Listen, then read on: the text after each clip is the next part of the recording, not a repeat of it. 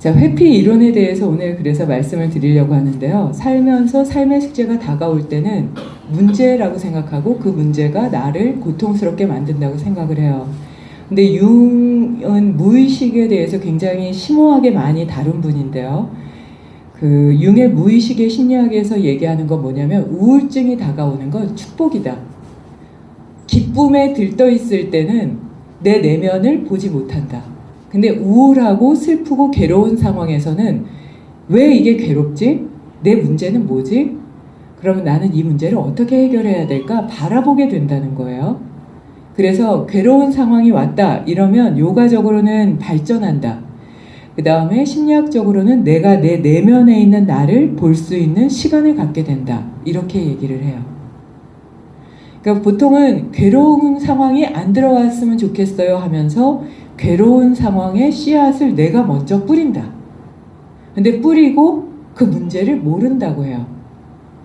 근데 내가 사과 씨를 뿌리면 사과 씨앗이 자라고 사과 열매가 열리고 포도 씨앗을 뿌리면 포도나무에서 포도 씨앗이 열리는 게 맞는데 내가 뿌린 씨앗은 상대방에게 사랑이나 따뜻한 겸허함이나 나눔이 아니라 이기적인 마음이나 무시하는 마음이나 상대방을 도구로 활용한다거나 상대방에게 시기 질투심으로 대하면서 상대방들에게 던진 씨앗이 나한테 다시 올 때 나는 괴로워진다는 거예요.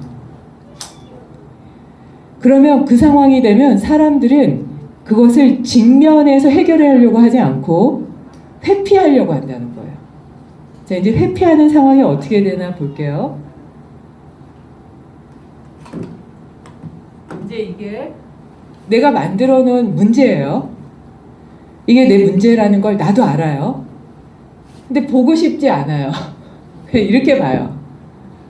근데 내가 여기를 다시는 안 갈 것 같지만 만든 문제는 어떻게 해서든지 나랑 같이 그림자처럼 따라와서 내가 이 문제를 해결할 때까지 그 기회를 계속 준다는 거예요. 근데 우리는 회피한다는 건 뭐냐면 이 문제를 또 하나 던져요. 그리고 이렇게 더듬는다는 거예요. 난 잘 모르겠으니까 그냥 이렇게. 그리고 딱 만져졌을 때 사람들이 당신의 문제가 그거예요. 당신의 잘못이 그게 있어요. 그러면 아, 나는 잘 모르겠는데요. 이렇게 얘기한다는 거예요. 잘 안 보이는데요. 잘 모르겠는데요. 그래서 이게 당신의 문제야 하고 딱 주면 첫 번째, 짜증을 낸다. 두 번째, 화를 낸다. 세 번째, 회피하면서 아니다. 그 회피의 방법은 뭐냐면 그때 상황이 그랬어요.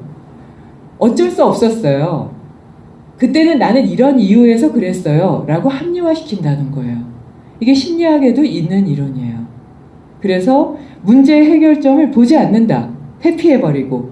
근데 그 회피해도 그 문제는 언제나 나에게 다시 다가와서 그 해결점을 찾을 수 있는 기회를 계속 준다고 해요. 그러면 문제를 명확하게 봐야 된다는 거죠. 이게 부처님이 방일해서는 안 된다. 방일해서는 안 된다는 건 명확하게 봐야 되는데 자꾸 덮어버리거나 밀어내서는 안 된다는 거예요. 그게 마치 시험 보기 전날 공부 안 하고 자꾸 미루는 거하고 똑같은 거예요. 시험 보기 전날 빨리 그냥 문제를 보고 답을 보고 풀어야 되는데 그 문제를 자꾸 미룬다는 거죠. 그래서 당신이 몇 년 후에 이걸 공부를 안 하면 이렇게 괴로워질 거예요 라고 얘기를 해도 안 한다는 거예요. 예를 들면 운동을 안 하면 아파질 거예요. 허리도 더 아파질 거고 무릎도 더 아파질 거예요. 그래도 먹고 자고 술 먹고 뭐하고 운동 안 한다는 거예요. 그리고 나중에 수술하는 한이 있고 나중에 허리를 구부리지 못하고 휠체어를 타고 다녀도 술에 대한 그 매력, 담배에 대한 매력이 그 순간에 나를 더 지배해버려요. 그리고 문제는 회피예요. 나의 허리의 문제나 관절의 문제는 회피예요. 당신의 말투가 당신의 삶을 이렇게 바꿀 거예요. 사람들이 정말 싫어할 거고 진심으로 미워할 거고 정말 포악한 사람은 당신을 때릴 수도 있어요. 이렇게 얘기를 해도 달콤하게 한마디 확 내뱉고 시원한 그 느낌 때문에 그걸 못 참고 그냥 해버려요. 그럼 몇 년 후에 외로운 삶이 오고 우울증이 오고 괴로움이 오면 이렇게 얘기해요. 사람들이 나를 이렇게 만들었다고. 나는 착하게 일을 했지만 상대방들이 나한테 비이상적으로 얘기했다고. 비정상적으로 대했다고. 그 사람들의 문제라고 내 문제는 회피해버려요. 그리고 내가 잘못한 부분을 덮어버려요. 이게 회피 이론이에요. 근데 이런 면이 누구에게나 있다는 거예요. 그래서 명상을 하는 게 어렵다는 건 내 문제를 직면해서 보지 않는다는 거예요. 그리고 이거보다 조금 더 업그레이드가 되면 명상을 하면서 저 사람은 명상을 하는데 왜 저래? 라는 얘기들을 서로 많이 한다는 거예요. 명상을 하지만 스스로의 문제는 보지 않아요.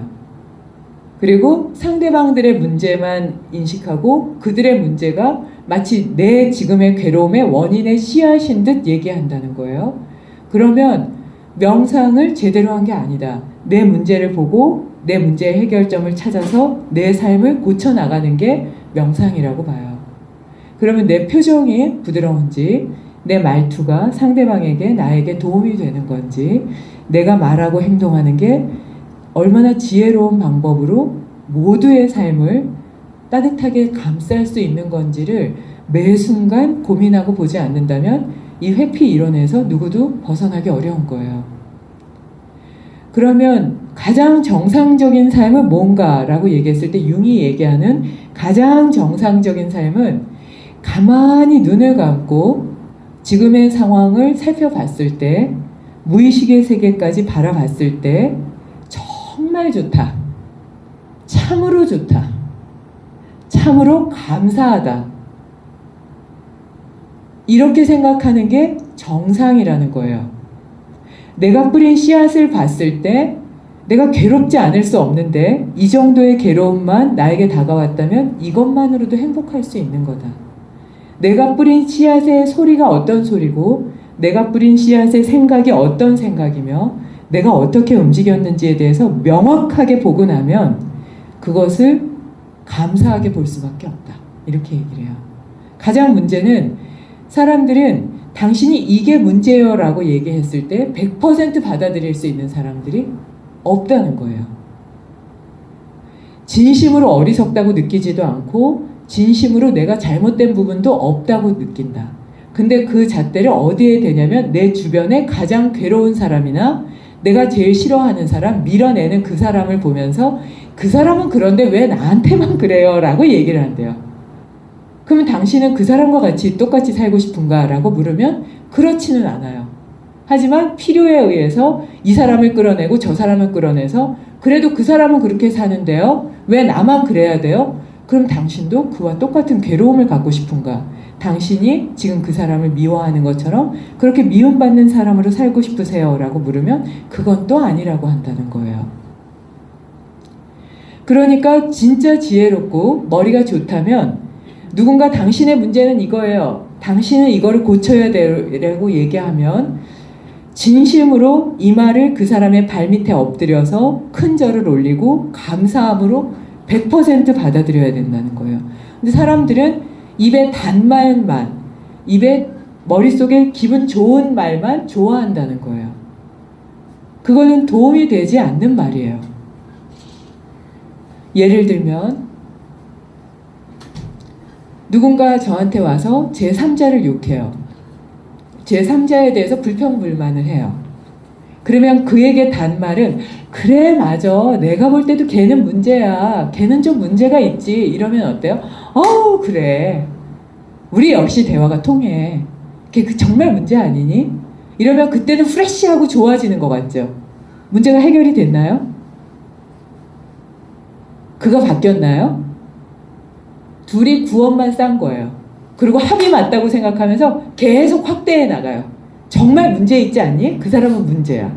근데 제가 이렇게 얘기해요. 내가 볼 때는 그렇지 않아. 너가 문제인 것 같아.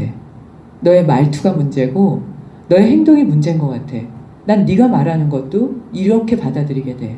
그러면 그 사람도 그러지 않았을까? 이렇게 얘기하면 어때요? 뭐야? 난 쟤 진짜 싫어. 또는 저 사람 나 미워하는 거 아니야? 당신 나 미워하는 거 아니에요? 나 싫어요? 왜 나한테만 이래요? 라고 얘기해요. 근데 그렇게 얘기해주면 어때요? 그게 진실이죠. 진실이고 진실의 거울을 갖다 대면 누구든지 싫어해요. 여자분들은 미장원에서 다 경험했을 거예요. 큰 거울 앞에 딱 앉으면 어때요? 아주 나르시즘이거나 모두가 봤을 때 아름다운 인형 같은 사람이 아니면 다 나 왜 저렇게 생겼지? 라고 얘기해요. 안 그래요? 그래요? 미장원 안 가본 지 오래됐는데 예전에 기억에 그랬던 것 같아요. 근데 작은 거울로 이렇게 보면 어때요? 가끔 예쁜 것 같아요. 내가 한 면만 보면 이게 나의 착한 일을 한 거, 나의 좋은 일을 한 걸 보면 난 진짜 착한 사람 같은데 전체적인 면을 크게 보면 그렇지 않은 면이 있다는 게 보여요. 그걸 버려야 돼요. 그걸 안 버렸기 때문에 내가 괴로워지는데 그렇게 크게 안 보고 이렇게 내가 잘한 것만 봐요. 이렇게 마치 그 컴팩트에 있는 거울로 나를 이렇게 비춰보고 그래도 여기 입술은 좀 괜찮은 것 같아. 그래도 코는 좀 괜찮지 않나? 눈꼬리는 좀 괜찮은 것 같아. 이렇게 봐서는 나의 전체적인 삶을 볼 수가 없다는 거예요. 명확하게 보면 그 사람이 무슨 말을 하는지를 이해하게 돼요. 그런데 진실을 얘기해 주는 사람들을 누구나 다 싫어하고 문을 닫기 때문에 아예 말을 하지 않는 게 좋다고 봐요. 가장 좋은 방법은 침묵이에요. 그가 말할 때 누군가에 대해서 얘기하고 제3자에 대해서 얘기할 때 그냥 고요한 침묵으로 멈추는 거예요. 그럼 반대로 말이 많은 사람을 보면 어때요? 내 인생에서 덜어내라고 했어요. 동서양의 모든 철학자가. 말이 막 설사처럼 새는 사람이 있어요. 방귀처럼 막 새는 사람이 있어요. 그런 사람들은 어때요? 위험해요. 100% 트러블 메이커예요. 그 사람들은 행복할 수가 없다. 그래서 말 많은 사람을 멀리 하라고 해요. 그래서 말을 할 때는 썸머리를 해서 정말 상대방이 필요한 얘기를 하고 그리고 도울 수 있는 얘기 외에는 하지 말아라. 특히 제3자의 얘기를 하면 그 사람은 내 전화번호부에서도 빼야 되는 사람이에요. 반대로 내가 그렇다면 내가 전화번호부에서 빼야 돼요. 제가 아슈람 선생님들 성격이 보통이래요. 뭐 이런 얘기만 맨날 하지만 아슈람 선생님들을 자랑할 면이 있어요. 진짜 쿨가이 같아요. 문제가 너무 심각해서 이거 왜 그렇죠? 뭐가 문제죠? 왜 무슨 문제가 있어요? 라고 얘기하면 선생님들이 전반적으로 제 문제인 것 같아요. 제가 부족해요. 라고 얘기해요. 그래서 할 수 없이 파고 들어가면 이런 대화가 있었어요. 라고 얘기하지 상대방을 탓하질 않아요. 그냥 겉으로 미워하지. 탓하지 않아요. 그 부분은 제가 정말 자랑스럽게 생각해요. 없는 제3자의 얘기를 하지 않아요. 그 부분은 정말 자랑스럽게 생각을 해요. 이게 모두가 지켜야 될 부분이에요. 칭찬도 제3자의 입에서 들으면 오해가 되는 경우가 있는데 제3자의 나쁜 부분을 얘기를 한다는 것 또는 돕는다는 식으로 제3자의 얘기를 뒤에서 한다는 건 문제가 커요. 심각할 정도로 내 삶을 뒤집어서 봐야 돼요. 이거는 삶을 회피하기 때문이라고 해요. 직관에서 정면으로 돌파해서 나가도 삶의 숙제는 쉽지 않아요. 그런데 회피한다 그러면 내가 가시밭에다가 가시를 뿌려놨으면 가시를 짚으면서 내 손에서 피가 날 거예요. 그러면 그 상처를 치유하는 동안 시간은 더 오래 걸리게 돼요. 더듬지 말고 직관해서 직접적으로 봐야 돼요. 상대방을 찌르고 보는 게 아니라 나를 직접적으로 봐야 돼요. 그래서 말에 대해서 정말 조심해야 됩니다 라고 얘기하고 나가면 어때요? 문 열고 딱 나가면 그래서 어쩌고 저쩌고 저쩌고 막 이렇게 떠드는 걸 딱 보면 소리가 난다라고 깨달은 분들이 말씀하셨어요. 정말 올생에 못 깨닫겠구나. 저 정도로 어리석구나. 그렇게 막 떠드는 건 어때요? 확실한 회피예요. 나를 보지 않는 거. 많은 말을 하는 건 나를 안 볼 거예요. 안 볼 거예요. 안 볼 거예요. 그리고 대화로서 그 불안함을 풀려고 하지만 불안함과 두려움은 대화 때문에 더 많이 생겨난다. 고요히 있어라 제발. 그러면 그 안이 얼마나 좋고 또 행복한지를 알게 된다. 근데 고요히 있지 않아요. 그래서 이번 주에 문화센터에서 잡았던 게 뭐냐면, 말은 한번 흘리면 물과 같고 서양에서는 밀크와 같다. 그래서 자연에 스며든다. 자연에 스며들면 회수가 안 된다. 우리가 그냥 닦아서 없애는 게 아니라 나무 틈새로 들어가고 돌 사이로 들어가고 모래 사이로 들어가고 그 안으로 들어가서 그 돌 사이사이에 아주 미세한 사이까지 그 물이 들어가기 때문에 그걸 닦을 수가 없다. 다시 제자리로 되돌릴 수가 없어요. 말이라는 건. 마치 그 물과 우유가 흡수되는 것과 똑같다 그래요.